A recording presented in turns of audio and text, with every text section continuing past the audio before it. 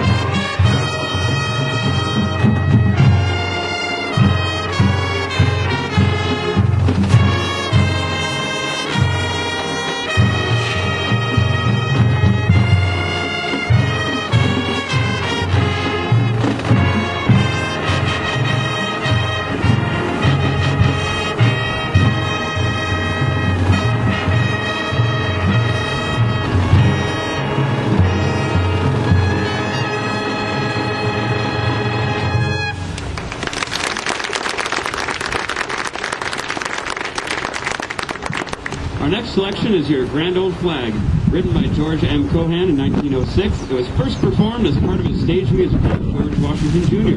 The chart rapidly became the first song from a musical to sell over 1 million copies of sheet music. Enjoy as the band plays Your Grand Old Flag.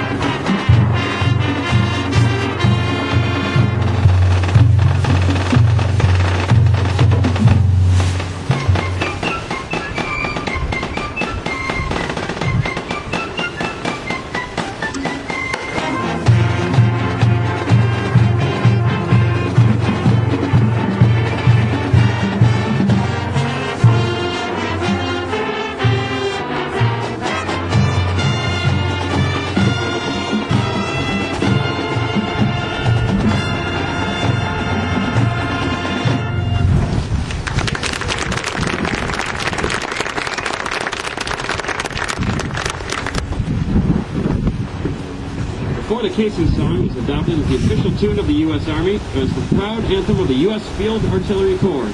During a long march in the Philippines, Lieutenant Edmund L. Gruber overheard an officer roar, "Come on, keep 'em rolling."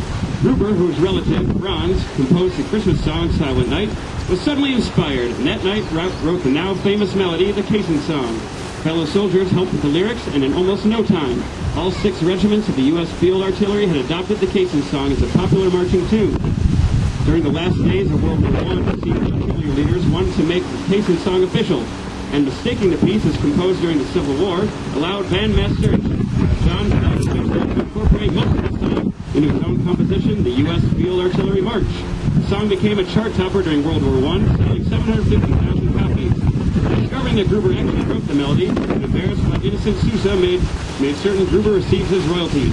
In 1948, the Army held a nationwide contest to find an official song. After 4 years of unsuccessful results, and nearly 800 the adjunct general's office decided to recycle the Caisson Song. It was renamed the Army Goes to War, long copyrighted, and became the official United States Army song in 1956. Ladies and gentlemen, saluting the United States Army, here's the Army Goes to War.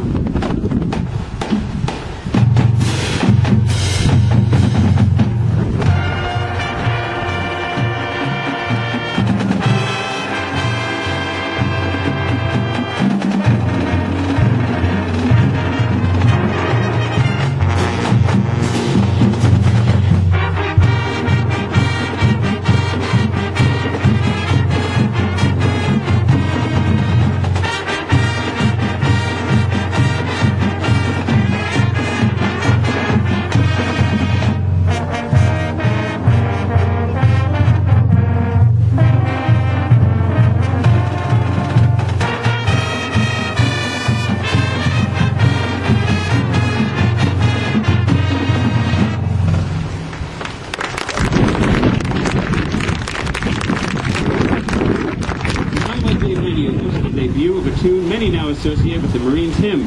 In the city of Paris, France, Jacques Offenbach wrote the Marines' hymn was, in fact, taken from an aria in one of Offenbach's operas.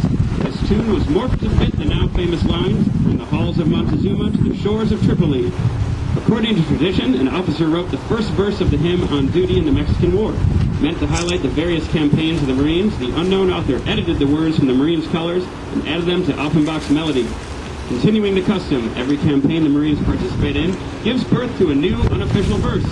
Copyright ownership of the Marines' hymn was vested to the U.S. Marine Corps in 1991, although its first use as the Marines' official anthem was in 1929. Ladies and gentlemen, saluting the United States Marine Corps, here is the Marines' hymn.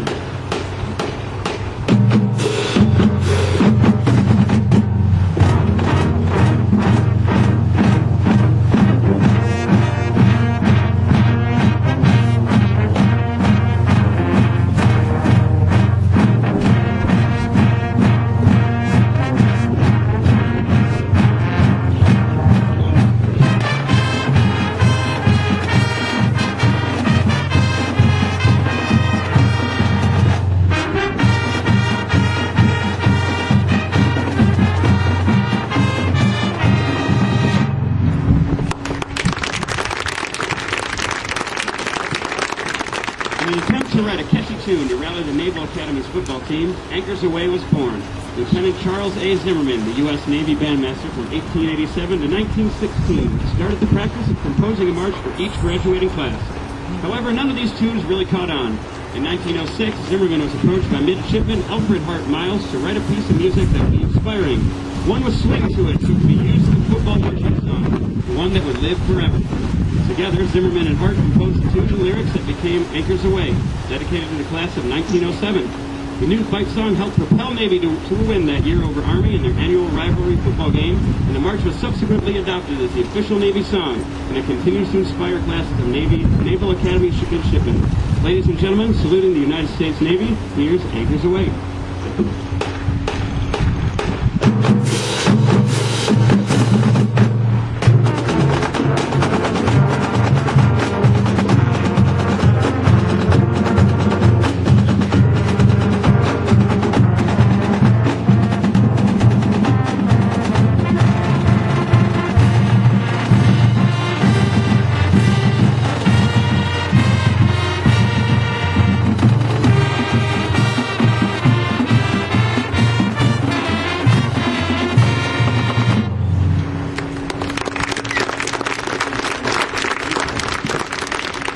1938, the Army Air Corps decided they needed an official song. Liberty Magazine sponsored a contest whereby 757 scores were submitted. Of those, one written by Robert Crawford was selected by a committee of Air Corps wives and officially introduced at the Cleveland Air Races in 1939. Crawford himself sang in its first public performance. When the Army Air Corps became a separate branch of the military in 1947, Crawford's march changed names from the Army Air Corps to the U.S. Air Force. Since that time, the first line of "Nothing will stop the U.S. Air Force" became a motto and tradition. On July 30th, 1971, the original first page submitted by Robert Crawford in 1959 was carried into space in the Apollo 15 Falcon and broadcast to the world by Major Alfred W. Worden, who had a tape recorder aboard the Endeavour command module. The all-Air Force crew arranged to take the sheet music with them as a tribute to Crawford and the U.S. Air Force. Ladies and gentlemen, saluting the United States Air Force, here's the U.S. Air Force.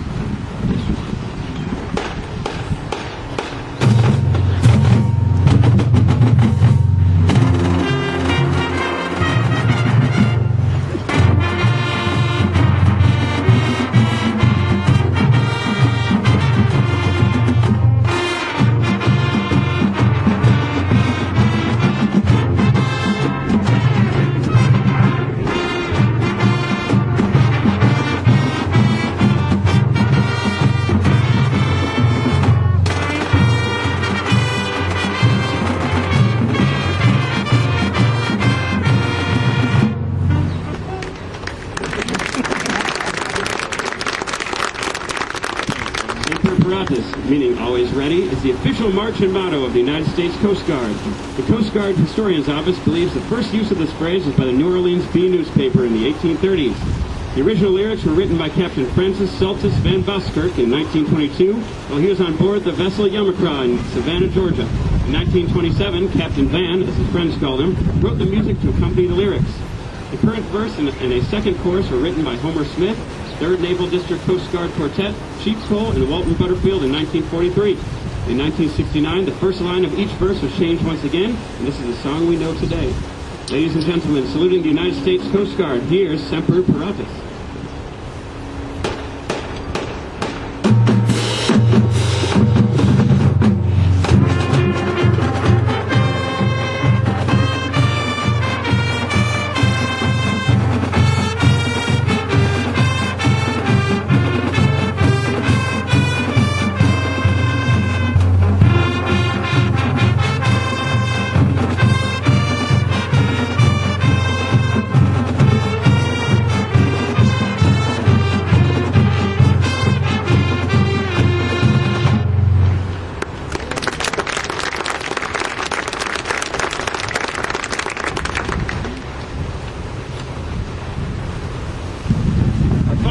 Salute to Freedom is a medley comprised of Taps, Amazing Grace, and America the Beautiful. In 1862, the current version of Taps was arranged by Union Army Brigadier General Daniel Butterfield, American Civil War general and Medal of Honor recipient. The song is usually played on a bugle or trumpet, sounded during flag ceremonies and funerals. It is also often played at dusk for Boy and Girl Scout meetings and camps. The tune is sometimes referred to by its first line of lyric, "Day is Done." Amazing Grace is a Christian hymn originally published in 1779 by John Newton. The song has been sung by Native Americans during the Trail of Tears, soldiers in the Civil War, and millions of Americans fighting for civil rights. Amazing Grace did not become the song we know today until it was composed by William Walker in 1835. America the Beautiful, written by Catherine Bates and composed by Samuel Ward, started as a poem called Pike's Peak, first published in the Congregationalist in 1895. In 1910, when Bates' lyrics and Ward's music were combined to create the song we know today. Ladies and gentlemen, our final piece, Salute to Freedom. Up. 3, 4, 1.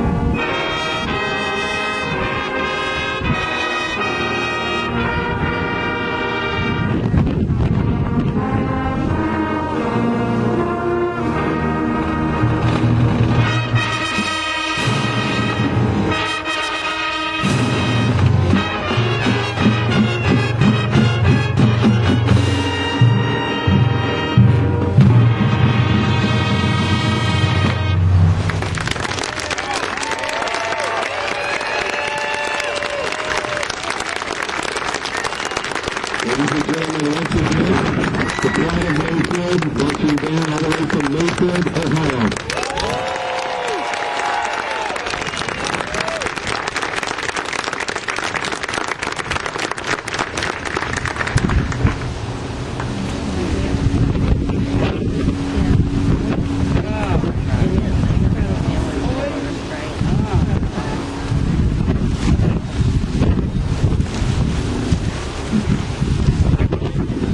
Well, thank you for being a wonderful audience coming out here on this beautiful day.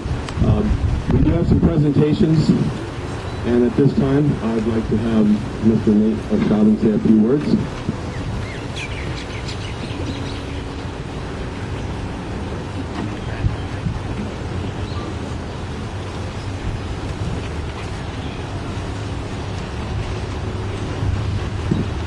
First of all, thank you to Senior Emily McCartney for helping with the ceremony. On behalf of the Pride of Mayfield Marching Band, we would like to present this wreath to the Pearl Harbor Historic Sites, honoring the sacrifices of all the veterans who have served and continue to serve. It's been a pleasure to come here and perform in this wonderful, amazing experience. Thank you very much for being a part of this.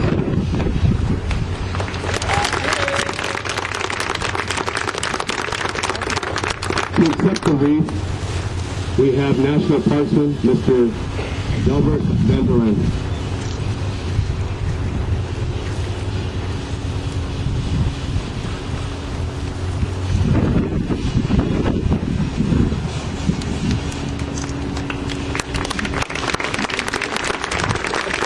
On behalf of the National Park Service, I'd like to thank your part of Mayfield High School band presenting here at our park this morning. The wreath will be at the memorial this afternoon in the primary. I believe the band members are going out there this afternoon, so we'll take the wreath out there. But once again, thank you very much on behalf of the National Park Service.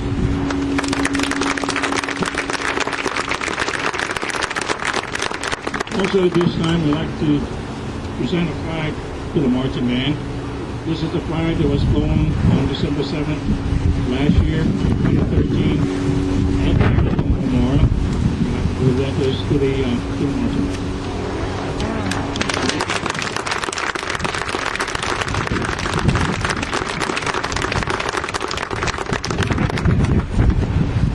Thank you very much, Mr. Van Doren.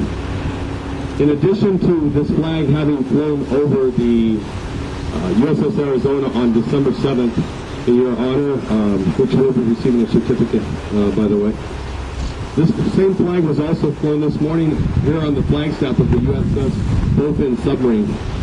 And it says here, the certifies an American flag was flown in special honor of Pride of Mayfield High School Band from the flagstaff of the USS Bowfin moored at Pearl Harbor, Hawaii. USS Bowfin, which saw service on 9 war patrols in the Pacific during World War II, and is credited with sinking 44 enemy vessels, is a memorial to the 52 U.S. submarines and the over 3,500 submariners lost during that conflict. And I'd like to present this certificate also.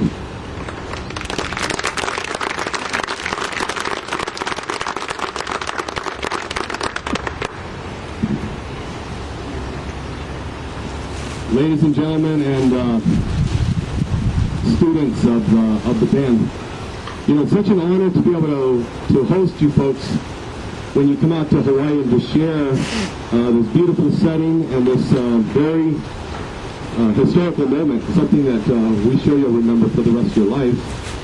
But performing out here, just keeping in mind that you're not only representing your school, but you also represent your state and your country, especially in today's turmoil, political times.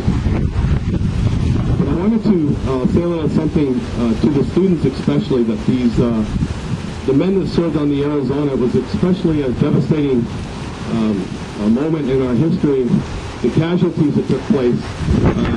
If to understand the normal reveille time for the men, the military would be at 6 a.m. on weekdays and 7 a.m. on weekends.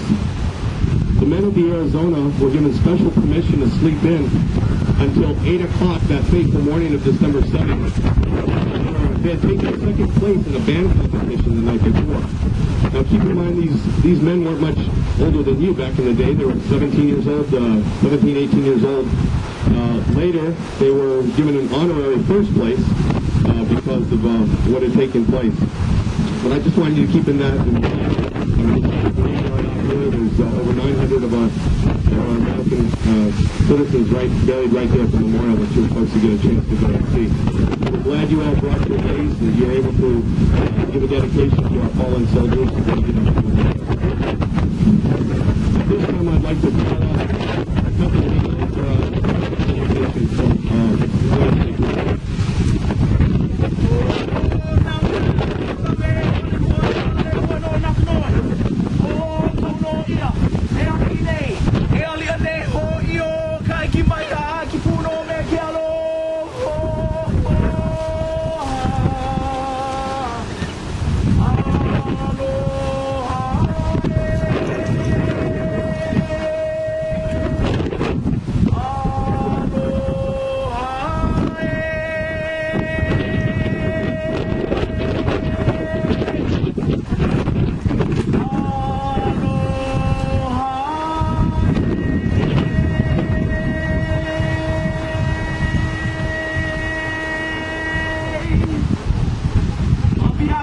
State tours, all of us here, I'd like to present an authentic Hawaiian bowl, core bowl, made out of Hawaiian wood. And it says, in appreciation of your superior performance here for our proud Mayfield High School band, October away, March 24th, 2014.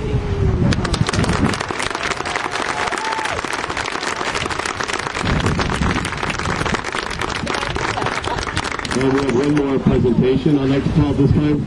Cousin Katie, a.k.a. my daughter. Also, on behalf of Hawaii State Tours, we would like to present Mr. Nathan O'Shavin this baton made out of pura wood here in the island.